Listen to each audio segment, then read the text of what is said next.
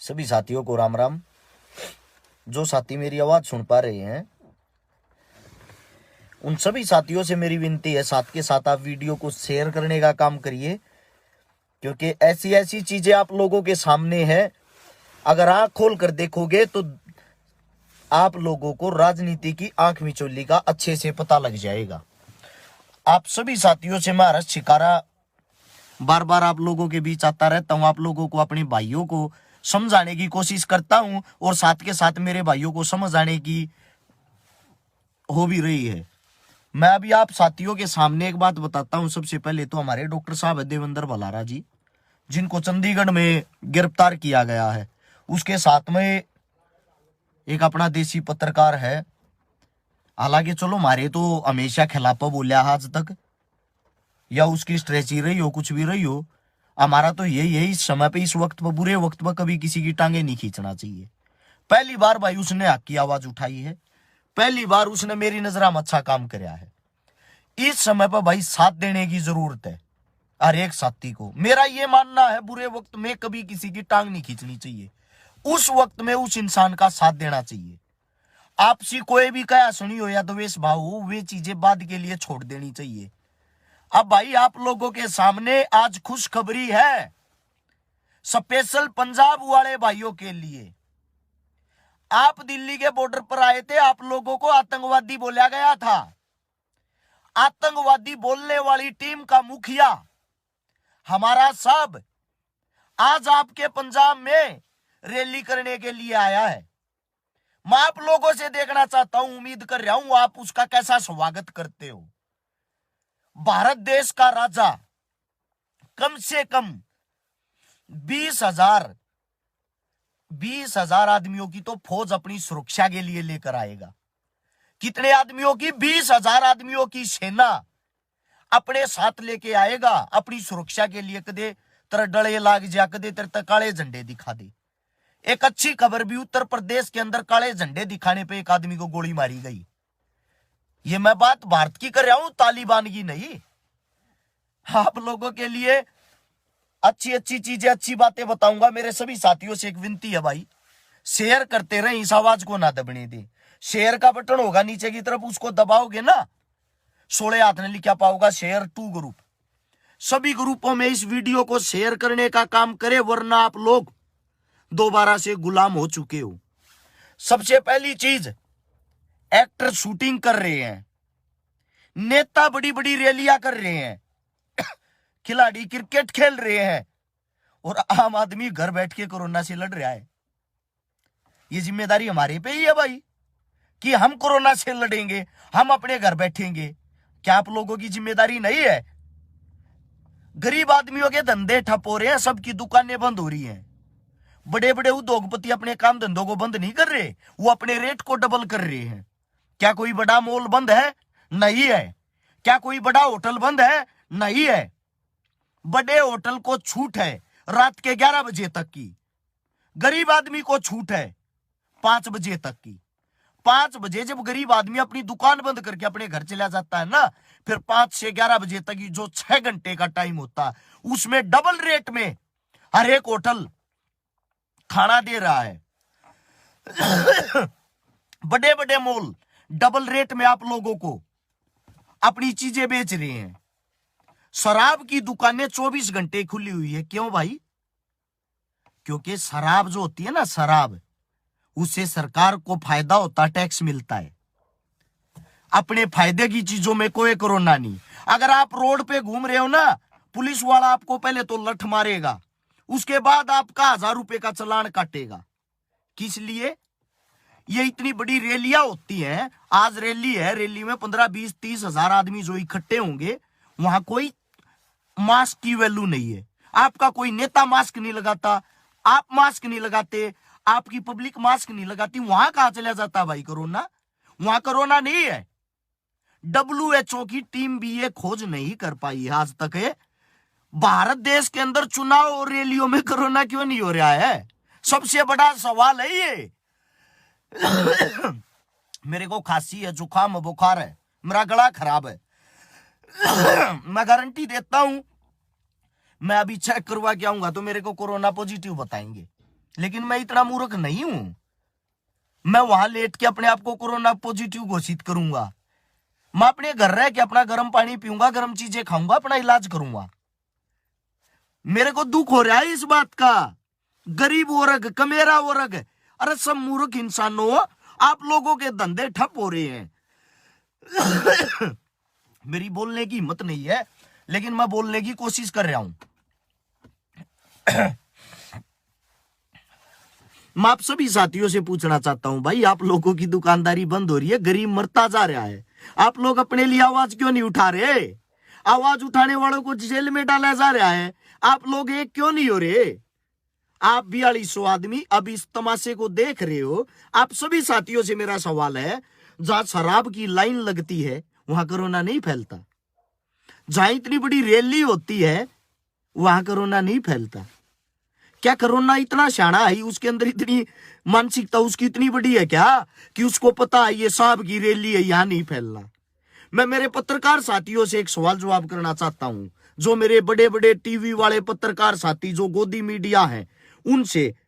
अरे घटिया प्रवृत्ति के इंसानों, आप सबसे एक बात पूछना चाहता हूं, आप बार बार विपक्ष पे उंगलियां उठा रहे हो कि विपक्ष भीड़ जोड़ रहा है, कोरोना के चलते विपक्ष भीड़ जोड़ रहा है। आपके हिसाब से बोल के होने वाले प्रचार पे रोक क्यों नहीं लगा देते? वह क्या अपनी ऐसी तैसी करवाएंगे? उसके बाद वह क्या अपनी ऐसी तैसी करवाएंगे? कहां से कर लेंगे रैलियां? अरे काम विपक्ष करेगा। पक्ष किस लिए बनाया था भाई? मैं पक्ष वालों से पूछना चाहता हूं, पक्ष किस लिए बनाया था?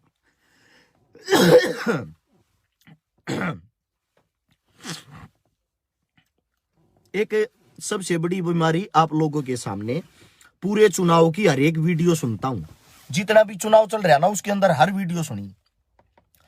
एक भी चुनाव में शिक्षा की, स्वास्थ्य की, नौकरी की, रोजगार की कोई भी बात नहीं। एक भी चुनाव की, एक भी नेता के मुंह से इन चीजों से मिलती जुलती कोई बात नहीं। हर चुनाव में अगर कोई बात चल रही है तो सिर्फ एक बात, वो है हिंदुत्व को लेकर। हिंदुत्व खतरे में है। मैं आप सभी साथियों से पूछना चाहता हूं, भाई इस सरकार को 7 साल आए हो चुके हैं, क्या इन 7 सालों से हिंदुत्व खतरे में ही चल रहा है? सरकार आपकी, टीम आपकी, हिंदुत्व को उठाने वाले आप लोग, खतरा किसको है भाई? जब आप 7 साल में इन चीजों को मजबूत नहीं कर पाए हो तो यह मजबूती कब होगी? एक भी रोजगार की आप बात नहीं करते हो। स्कूलों को आपने बंद कर दिया है, कॉलेजों को आपने बंद कर दिया है। क्यों? पढ़ाई करोगे तो कोरोना फैलेगा। अच्छा नारा, दारू पीओ कोरोना को भगाओ। जहां दारू पीते हैं वहां कोरोना नहीं। एक मेरा भाई कह रहा तू नेता बन जाए, तेरी कोई नहीं सुनेगा। बिना बने भाई इतने सुन तो रहे हैं। ये देख 4,500 आदमी देख रहे, ये सुनने के लिए ही मेरे को देख रहे हैं। मैं भाई आप सभी साथियों से एक विनती, एक आग्रह करता हूं, अगर आप लोगों को सुरक्षित रहना है, आपके नजदीक कहीं भी सांप की रैली हो वहां डेरा डाल लो। 100% गारंटी के साथ कहता हूं, एक भी आदमी को कोरोना नहीं होगा, एक भी आदमी बीमार नहीं होगा। इनका प्रचार करो, जो ये बता रहे वह करो। इनकी जो सरकार है उनके साथ जुड़ो। अगर आपको कोरोना हो जाए तो मेरे को बता देना। सरकार रैली के बाहर किसी के चालान काट के दिखा देना, वहां सब बिना मास्क के आते हैं। है किसी में हिम्मत यह कार्य करने की?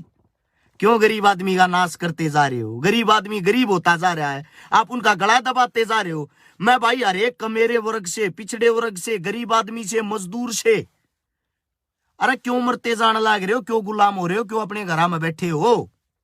इकट्ठे हो और विरोध करो इस मास्क का और विरोध करो इस बीमारी का। अपने घरों से बाहर निकलो, मैं गारंटी के साथ कहता हूं आपका भाई सबसे आगे मिलेगा।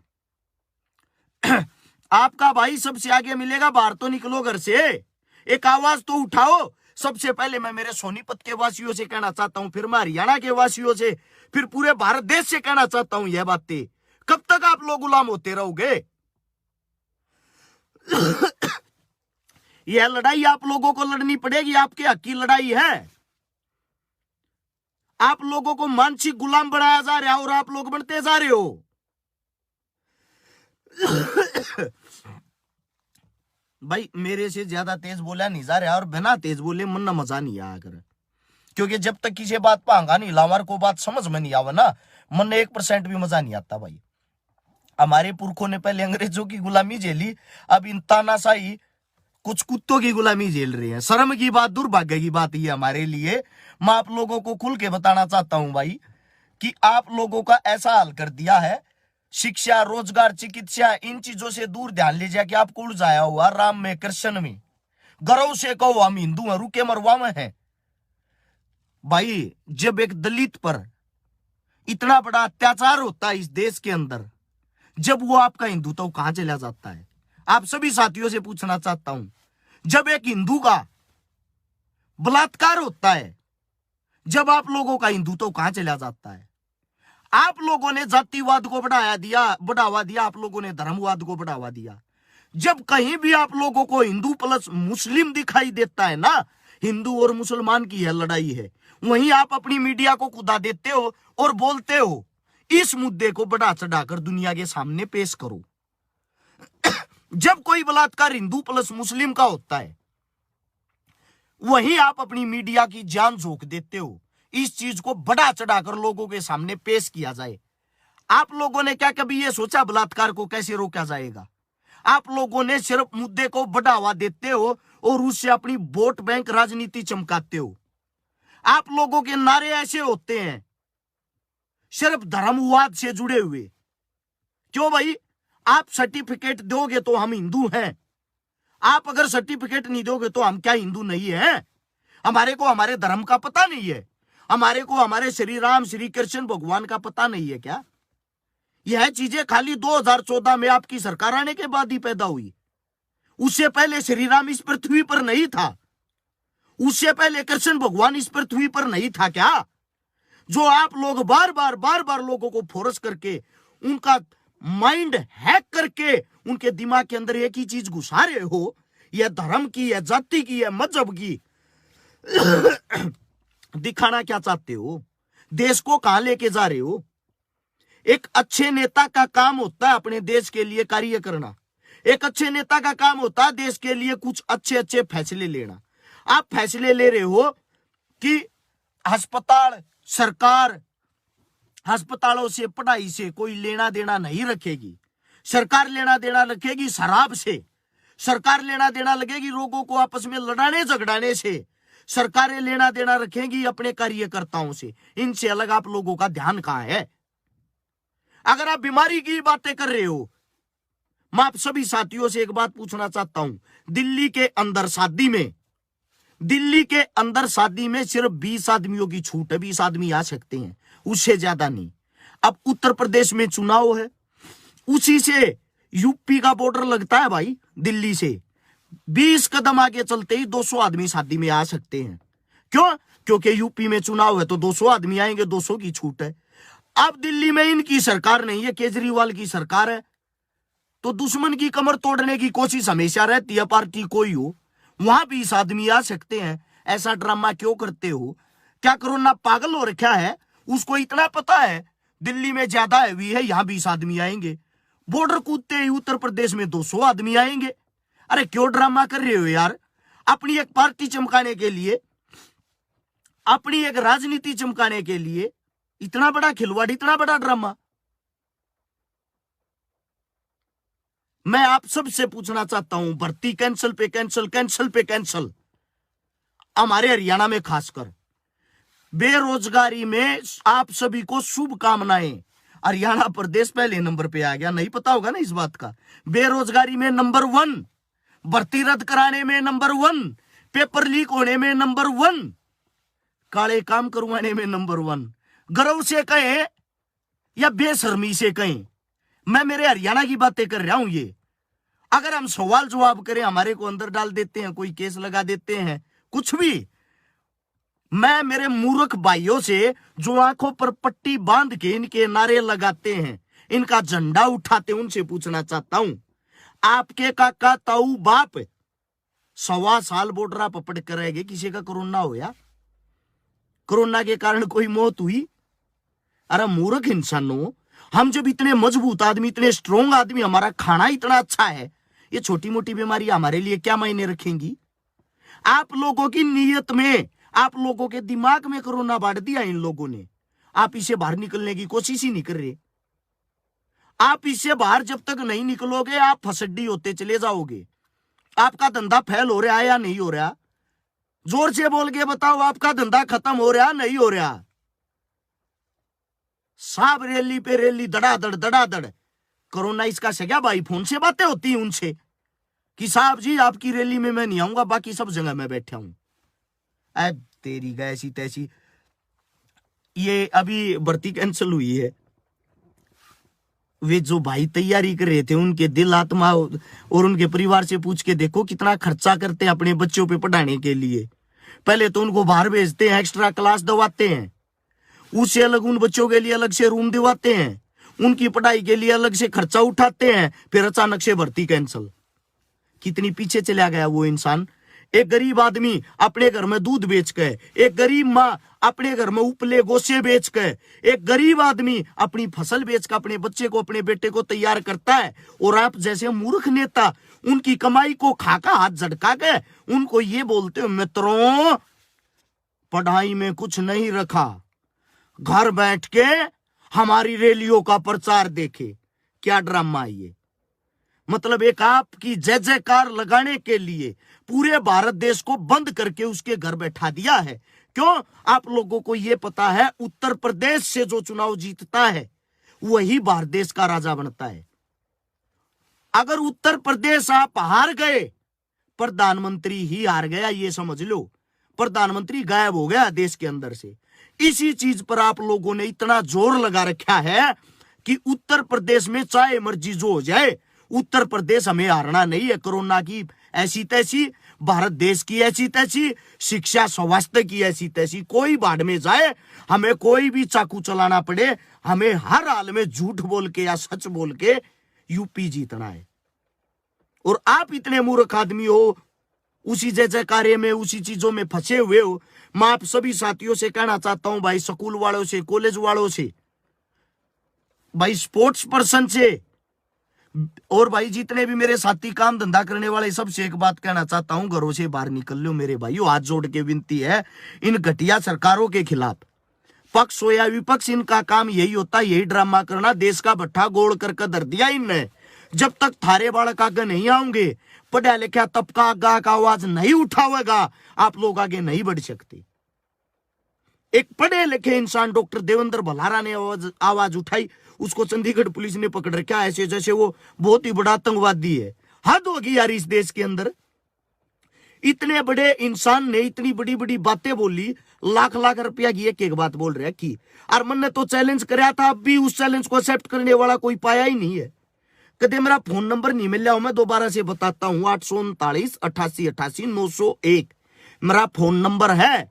अगर किसी को बीमारी है, कोविड या इससे रिलेटेड कोई भी, और ये कहता है खतरनाक बीमारी है, मैं बेड शेयर करने के लिए तैयार हूं भाई। उस कमरे में मेरे को बंद कर दो, मेरा कोई भी इलाज नहीं करवाएगा, कोई भी डॉक्टर मेरे को सुई नहीं लवाएगा, ना ही आप लोगों की दवाई चाहती। सबके सामने कैमरे लगा और उस कमरे को लाइव चलाना, मैं देखता हूं मेरी मौत होती या नहीं। अगर मेरी मौत होती है, मेरी मौत का स्वयं जिम्मेदार मैं होऊंगा। आपकी एक भी दवाई नहीं लूंगा, इस चीज की गारंटी है। कमरे से बाहर नहीं जाऊंगा, आपसे अलग कुछ खाऊंगा नहीं, वहीं लेट के वही नॉर्मल चीजें खाऊं पीऊंगा। अगर यह बीमारी सच में है तो मेरे चैलेंज को एक्सेप्ट क्यों नहीं करते? मेरे चैलेंज को एक्सेप्ट करो और एक्सेप्ट करके मेरे को मार के सबके सामने ये दिखाओ सच में कोरोना है। अगर सच में कोरोना है तो इस चीज को एक्सेप्ट करने वाली सरकार या ये पत्रकार अभी तक क्यों नहीं मिल रहे? शायद यह वीडियो उन तक पहुंच नहीं रही।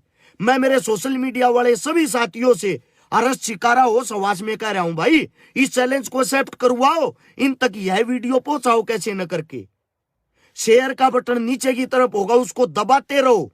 16 हाथ ने लिखा, अगर शेयर 2 ग्रुप 10-10 20-20 ग्रुप में शेयर करके इसको आगे पहुंचाओगे तभी तो इन मूर्ख इंसानों तक यह वीडियो पहुंचेगी। यह जो देश के युवाओं को खा गए, देश की नौकरियों को खा गए, देश के गरीबों को खा गए, देश के किसानों को खा गए, देश के हर एक पिछड़े वर्ग को खा गए। लोगों को इन्होंने मानसिक गुलाम बना दिया। इनको अगर कोई चीज दिखाई देती है तो सिर्फ इनका चुनाव और हिंदू मुस्लिम। किसी को यहां किसी से कोई द्वेष भाव नहीं है। अगर कहीं लड़ाइयां होती हैं तो उस मुद्दे को तुल यह इंसान देते हैं, उस मुद्दे को बड़ा यह इंसान बनाते हैं। आपको भाई से भाई को लड़वा रहे हैं, आपको आपके भाई से लठ मरवा रहे हैं। कोई भी पुलिस प्रशासन ये नहीं चाहती हम किसी का चालान काटें, कोई भी पुलिस प्रशासन ये नहीं चाहती लोग घरों में रहे। मजबूर हैं वो इंसान, इन लोगों ने मजबूर कर रखे हैं। हमने बातें भी की हैं ऑन द रोड, हमने पूछा भी है भाई साहब कोरोना है या नहीं है। बोला भाई के करा, सरकार के ऑर्डर है, मजबूरी हमारी। मैंने हरियाणा के उप सीएम जिसको बोलते हैं श्रीमान दुष्यंत चौटाला जी, उनकी हर एक चीज देखता हूं डेली, उसके पेज पे जाके देखना, खुद वो पोस्ट शेयर कर रहे हैं। एक जगह भी उन्होंने मास्क लगाया हो, उनके आसपास के सिक्योरिटी गार्डों ने मास्क लगाया हो, उनके आसपास खड़ी जनता ने मास्क लगाया हो। जब आप लोगों को ही कोरोना से खतरा नहीं है, जब आप लोगों को ही मास्क हटाने से कोई बीमारी नहीं छूती, हमारे को कैसे छू लेगी भाई? मेरी बातों को समझने की कोशिश करो। और जब कोरोना इतना भयंकर विकराल रूप ले रहा है आप लोगों की नजरों में, हम भी अपने घर बैठ जाएंगे। एक काम करो, सबसे पहले जो आपकी ये चुनावी रैलियां और इनको बंद करो। और मैं मेरी मासूम जनता से भी एक बात कहना चाहता हूं, सबसे बड़े मूर्ख आप हो यार। इनकी रैलियों में जाके जो भीड़ इकट्ठी कर रहे हो, इनकी रैलियों में जाके जो यह कदम आप लोग उठाते हो, आप लोगों से मूर्ख कौन है? अपने पैरों पर अपने आप को लाठी मार रहे हो। कोरोना की आड़ में देश को बेचा जा रहा है, इससे अलग कुछ नहीं है। समझने की कोशिश करो यार, समझो थोड़ा बहुत इस चीजों को। अगर अब भी आप मूर्ख रहे तो मूर्ख ही रहोगे। मैं आप सभी साथियों से कह रहा हूं, अपने आदमियों का एक दूसरे का साथ दो। सबसे पहले इन दुकानों को खुलवाने की कोशिश करो। जब हमारे गरीब भाइयों के पास रोजगार ही नहीं रहेगा, आप सब बेरोजगार हो जाओगे, फिर ताली और थाली बजाते रहना जो सरकार पहले से ही बजवाती आई है।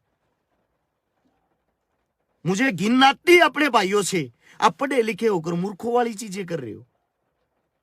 आप घिन आती है मुझे इन पत्रकारों से जो कह रहे हैं विपक्ष भीड़ इकट्ठी कर रहा है। अरे तुम्हारी ऐसी तैसी विपक्ष कैसे भीड़ इकट्ठी कर देगा?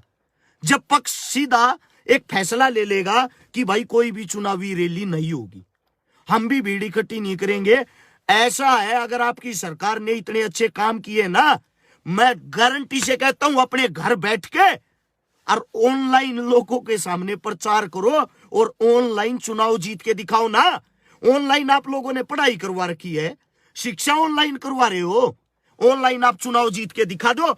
एक भी रैली में मत जाना, आपके तो पैसे बचेंगे, प्रचार का पैसा बचेगा, भीड़ इकट्ठी करने का पैसा बचेगा और आपकी औकात का पता लग जाएगा कि आप लोगों ने सच में कोई काम किया है। अगर आपकी मां ने दूध पिला, इस चैलेंज को एक्सेप्ट करके दिखाओ अपने घर बैठ के, अपने फोनों से। जैसे हम लाइव आए हुए हैं ऐसे ऑनलाइन प्रचार करके वोट लेके दिखाओ, आपको ये पता लग जाएगा आपकी बातों में कितनी सच्चाई, कितना दम है। सब fake, A to Z fake. इनको सिर्फ हर दिन किसी न किसी चीज की बधाई देने के बहाने से बैनर छपवाने हैं, लोगों को इकट्ठा करके उनको दारू पिलवानी है, अपने जय जयकारे के नारे लगवाने हैं। अपने पत्रकारों की जेबें ठूस ठूस के भरी हुई है। प्रचार में कहीं भी ये मत दिखाना हमारी पार्टी कमजोर है। प्रचार में लोगों के दिमाग में यह बातें घुसा दो कि कोरोना तो आप लोगों को जान से मार देगा, घर से बाहर निकले, घर बैठो। इनका काम है लोगों को घर बैठा के, और इनकी जो पेड टीमें हैं, जो इनके पेड पत्रकार हैं, उनकी द्वारा बनावटी बातों से यह दिखाना हमारी सरकार एक तरफा जीत रही है। लोग क्या करेंगे? 70% ऐसी जनता है जो हमेशा जीत में वोट गिरना पसंद करती है। जब आप लोग घर में बैठ जाओगे, इनकी बातें सुनोगे ना, आपको लगेगा तो सच में जीत रहे हैं एक तरफा। वही 70% फिर जीत में वोट गिरना पसंद करते हैं। जैसे कि अब की बार इनका नारा था हमारे यहां पे हरियाणा में, अब की बार 75 पार। लोगों के अंदर एक डर था, लोग यह सोच रहे थे सरकार 75 कह रही तो 75 आऊंगी पक्का, पत्रकार 75 कह रहे तो 75 आऊंगी पक्का। ऐसे ऐसे करके कैसे भी करके जोड़ तोड़ के गिर पड़ के सरकार बना गए।